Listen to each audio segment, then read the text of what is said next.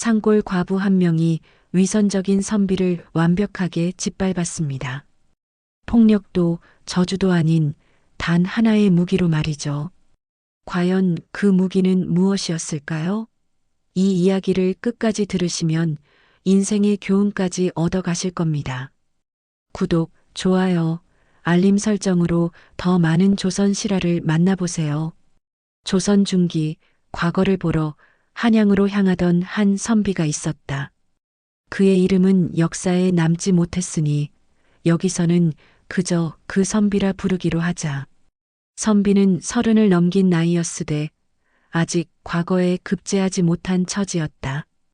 집안은 양반이라 칭하나 가난하기 이를 데 없었고 동네 사람들은 그를 보며 고개를 저었다.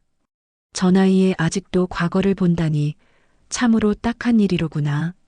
하나 선비는 이를 악물고 있었다. 이번 과거야말로 반드시 급제하여 지금까지의 천대와 가난을 단번에 씻어내리라 다짐했다. 그는 겉으로는 성리하게 도리를 말하고 군자의 절개를 논했다. 마을 사람들 앞에서는 과부의 정절이 무엇보다 귀하다는 말도 서슴지 않았다. 그러나 속으로는 계산이 끝없이 이어졌다. 과거에만 급제하면 모든 것이 달라진다. 권세도 재물도 명예도 내 것이 될 터. 그때까지는 무엇이든 참아야 한다. 아니, 무엇이든 이용해야 한다. 길을 떠나기 전날 선비는 동네 어귀에서 행상과 마주쳤다. 행상은 먼 길을 다니는 사람이라 온갖 소문에 밝았다. 선비님, 이번에 한양 가신다 들었습니다. 혹시 대관령 넘어 산골로 가시는 길입니까? 그렇소. 그쪽이 지름길이라 들었소. 행상은 잠시 망설이더니 목소리를 낮췄다. 그 길에 조심하셔야 할 집이 하나 있습니다. 산골 외딴 집에 혼자 사는 과부가 있는데 마을 사람들이 귀신보다 무섭다 하더이다. 밤에는 절대 그 집 근처에 가지 말라 하더군요. 선비는 코웃음을 쳤다. 귀신? 과부? 우스운 소리였다. 세상에 귀신 같은 것은 없으며 과부는 그저 남편 잃은 가련한 여인일 뿐이었다. 더구나 혼자 사는 과부라면 어쩌면 이용할 만한 구석이 있을지도 몰랐다. 재산이나 인맥 혹은 과거 길에 도움이 될 무언가 말이다. 허허, 고맙소. 하나 나는 선비여. 귀신 따위 두려워할 이유가 없소. 오히려 그 과부가 어려움에 처해 있다면 도와줄 수도 있지 않겠소? 행상은 더 이상 말하지 않았다. 그저 고개를 저으며 길을 떠났다. 선비는 그 모습을 보며 속으로 생각했다. 어리석은 것들. 세상 물정도 모르면서 헛소문만 퍼뜨리는구나. 과부 따위 내가 조금만 잘해주면 고마워하며 무엇이든 내어줄 것이다. 선비는 자신이 매우 영리하다고 믿었다. 그는 길을 떠나며 이미 머릿속으로 그 과부를 만나 어떻게 이용할지 계산하고 있었다. 그러나 그는 미처 알지 못했다. 세상에서 가장 무서운 것은 귀신이 아니라 사람의 탐욕을 정확히 꿰뚫어 보는 또 다른 사람의 지혜라는 사실을. 사흘을 걸어 산길에 접어든 날 하늘은 갑자기 어두워지고 빗줄기가 쏟아지기 시작했다. 선비는 황급히 처마 밑을 찾았으나 사방은 온통 산과 나무뿐이었다. 해는 이미 기울었고 이대로 가다가는 밤길을 헤매야 할 판이었다. 그때 저 멀리 희미한 불빛이 보였다. 외딴 집이었다. 선비는 안도하며 그쪽으로 발걸음을 옮겼다. 문을 두드리자 한참 뒤에야 문이 열렸다. 문을 연 이는 소복을 입은 여인이었다. 나이는 30 안팎으로 보였고 얼굴은 단정했으나 표정은 차가웠다. 선비는 순간 알아차렸다. 이 여인이 바로 소문의 과부였다. 실례를 무릅쓰고 찾아왔습니다. 길을 가던 중 비를 만나 하룻밤 신세를 지고 싶은데 괜찮겠습니까? 과부는 선비를 한참 바라보았다. 그 눈빛은 깊고 고요했다. 주눅 들거나 당황하는 기색이 전혀 없었다. 오히려 선비 쪽이 먼저 시선을 피했다. 들어오시지요. 사랑채가 비어 있으니 거기서 하룻밤 묵으십시오. 목소리는 차분했다. 과부는 선비를 사랑채로 안내한 뒤 따뜻한 차와 간단한 음식을 내왔다. 선비는 그 사이 방 안을 둘러보았다. 비록 외딴 집이었으나 살림살이는 넉넉해 보였다. 벽에는 책이 가득했고 책상 위에는 문서들이 정갈하게 정리되어 있었다. 전 남편이 제법 학식 있는 사람이었나 보구나. 서원이나 향약 일을 했던 듯하다. 이 여자 혼자서는 이 모든 것을 감당하지 못할 터 분명 의지할 곳을 찾고 있을 것이다. 선비는 속으로 계산을 시작했다. 과부를 도와주는 척하며 이 집의 인맥과 재산을 활용할 방법을 생각했다. 그는 공손한 표정을 지으며 과부에게 물었다. 부인께서 이 깊은 산중에 혼자 사시니 참으로 어려우시겠습니다. 혹시 도움이 필요한 일이 있으면 말씀하십시오. 제가 비록 보잘것없는 선비이나 글을 읽고 쓸 줄은 압니다. 과부는 차를 한 모금 마신 뒤 조용히 대답했다. 고맙습니다. 하나 저는 스스로 살아갈 줄 압니다. 선비님께서는 과거 준비에 힘쓰시는 것이 더 중요하실 듯합니다. 선비는 살짝 당황했다. 자신의 의도를 눈치챈 것일까? 아니, 그럴 리 없었다. 그저 겸손한 말일 뿐이었다. 선비는 다시 한번 말을 이었다. 허허, 부인께서는 참으로 의젓하십니다. 과부의 정절을 지키며 홀로 살아가시는 모습이 존경스럽습니다. 제가 만약 과거에 급제한다면 부인 같은 분들을 돕는 일에 힘쓰겠습니다. 과부는 아무 말도 하지 않았다. 그저 고개를 살짝 끄덕일 뿐이었다. 그 눈빛은 여전히 고요했고 무엇을 생각하는지 알 수 없었다. 선비는 그날 밤 만족스러운 마음으로 잠자리에 들었다. 이 여자 순진하구나. 조금만 더 잘해주면 무엇이든 내 말을 들을 것이다. 하지만 그는 미처 깨닫지 못했다. 과부는 한 번도 주눅 들지 않았으며 그의 모든 말을 조용히 기록하듯 듣고 있었다는 사실을. 그리고 그날 밤 과부는 혼자 앉아 무언가를 적고 있었다. 선비가 했던 말, 그 말 속에 담긴 계산, 그리고 앞으로 그가 무엇을 요구할지에 대한 예측을. 선비는 하룻밤을 묵을 생각이었으나 결국 사흘을 머물렀다. 비가 그쳤음에도 발길을 떼지 못한 까닭은 탐욕 때문이었다. 그는 과부와의 대화 속에서 이 집안이 생각보다 훨씬 큰 영향력을 가지고 있음을 알아챘다. 과부의 전 남편은 지역 서원에서 향약을 관리하던 유력 인물이었다. 그 인맥은 여전히 살아있었고 지역 유림들과 관아의 관원들까지 이 집안을 기억하고 있었다. 선비는 이를 놓칠 수 없었다. 부인, 제가 한 가지 여쭤봐도 되겠습니까? 혹시 부인께서 과거 급제 후 관직에 나아가는 이들에게 추천서를 써주신 적이 있습니까? 과부는 고개를 끄덕였다. 남편이 생전에 그런 일을 하셨습니다. 저도 그 뜻을 이어 가끔 도움을 청하는 이들이 있으면 문중 어른들께 말씀드리곤 합니다. 선비의 눈이 반짝였다. 바로 이것이었다. 만약 이 과부가 자신을 도와 문중에 추천해 준다면 과거 급제 후 관직 진출이 훨씬 수월해질 터였다. 그는 더욱 공손한 태도로 말을 이었다. 부인께서는 참으로 훌륭하신 분입니다. 저 같은 사람도 만약 과거에 급제한다면 부인의 도움을 받을 수 있겠습니까? 과부는 잠시 생각하더니 조용히 물었다. 선비님께서 정말 그런 마음이시라면 글로 남겨주시겠습니까? 약속은 입으로만 하면 흩어지기 쉬우니 글로 남겨두는 것이 서로에게 좋을 듯합니다. 선비는 흔쾌히 고개를 끄덕였다. 그는 자신이 매우 유리한 거래를 하고 있다고 믿었다. 종이와 붓을 받아 과거 급제 후 과부에게 은혜를 갚겠다는 서약문을 정성스럽게 써내려갔다. 이 정도면 충분하다. 이 여자는 이제 내 편이다.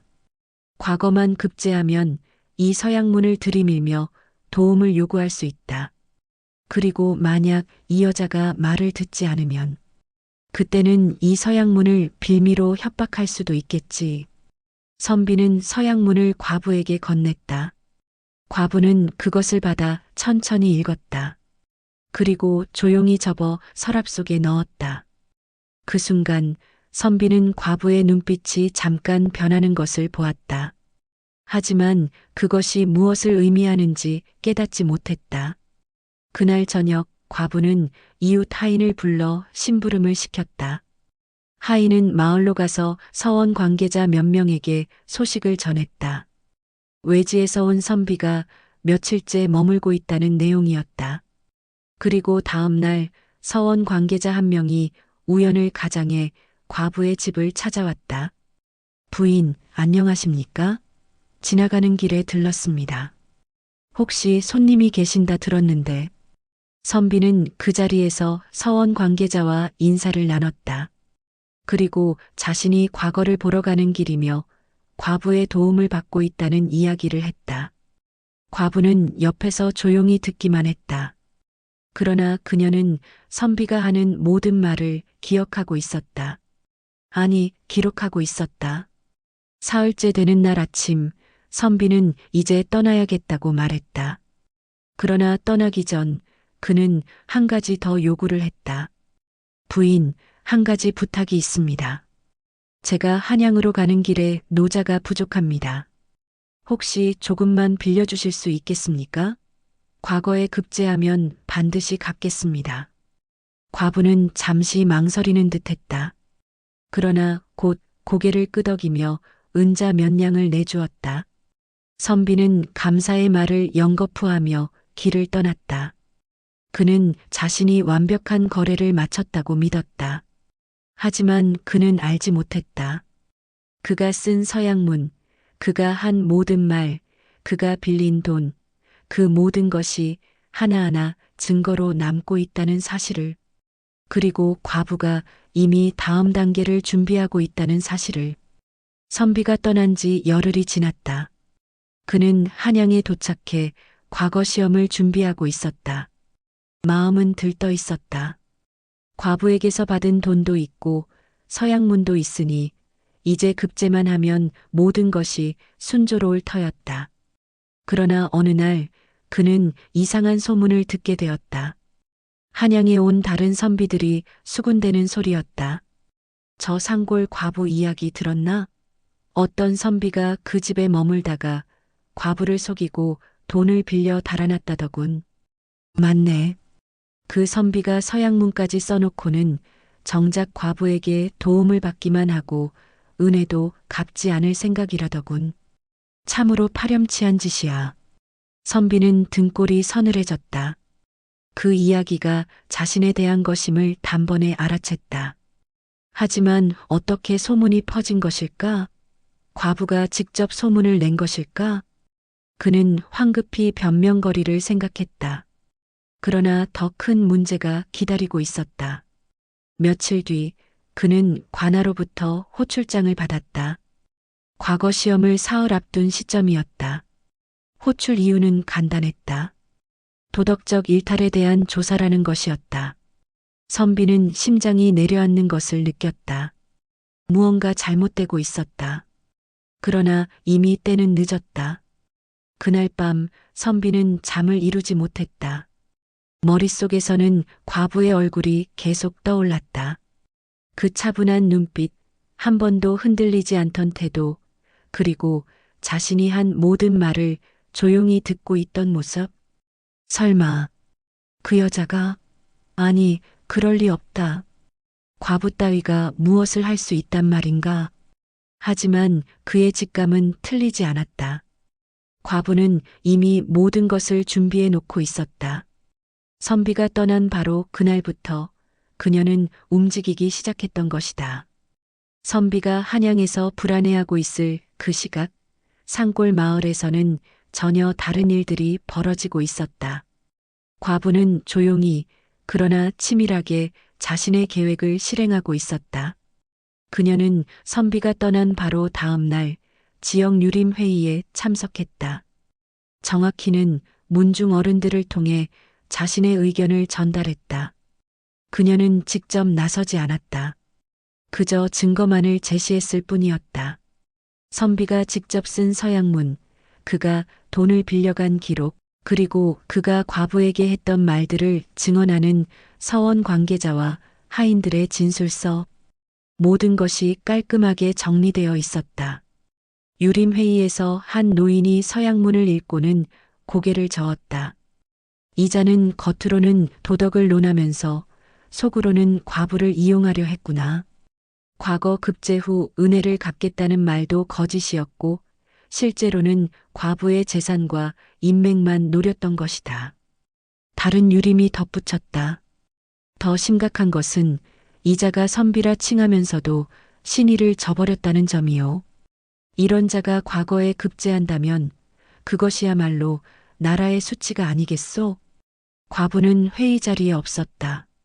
그러나 그녀의 영향력은 회의 전체를 지배하고 있었다.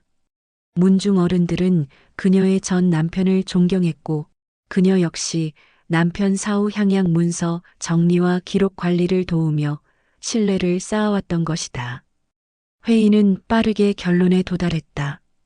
이 사안은 단순히 개인 간의 문제가 아니라 유교 질서를 어지럽힌 중대한 일탈이라는 것이었다. 유림들은 관아에 공문을 보내기로 결정했다. 그 선비의 과거 응시 자격을 박탈해야 한다는 내용이었다. 관아의 관원도 이 문제를 심각하게 받아들였다. 지역 유림의 의견은 무시할 수 없었고 더구나 증거가 명확했다. 관원은 한양에 있는 선비에게 호출장을 보냈다. 과부는 이 모든 과정에서 단 한 번도 직접 나서지 않았다. 그녀는 단지 사실을 기록하고 증거를 제시했을 뿐이었다. 그러나 그것만으로도 충분했다. 조선 중기 사회에서 가장 중요한 것은 명분과 기록이었고 과부는 그 두 가지를 모두 장악하고 있었다. 마을 사람들은 이제 과부를 다른 눈으로 보기 시작했다. 귀신보다 무섭다던 말의 의미를 그들은 이제야 조금씩 이해하고 있었다. 무서운 것은 과부 자체가 아니라 그녀가 가진 지혜와 정확한 판단력이었다. 한 노인이 중얼거렸다. 저분은 과부가 아니라 이 마을의 어른이시다. 누가 감히 저분을 얕잡아 볼 수 있겠는가. 과거 시험을 사흘 앞둔 날 선비는 관아 앞 공개석상으로 불려나왔다. 그곳에는 이미 수십 명의 유림과 백성들이 모여 있었다.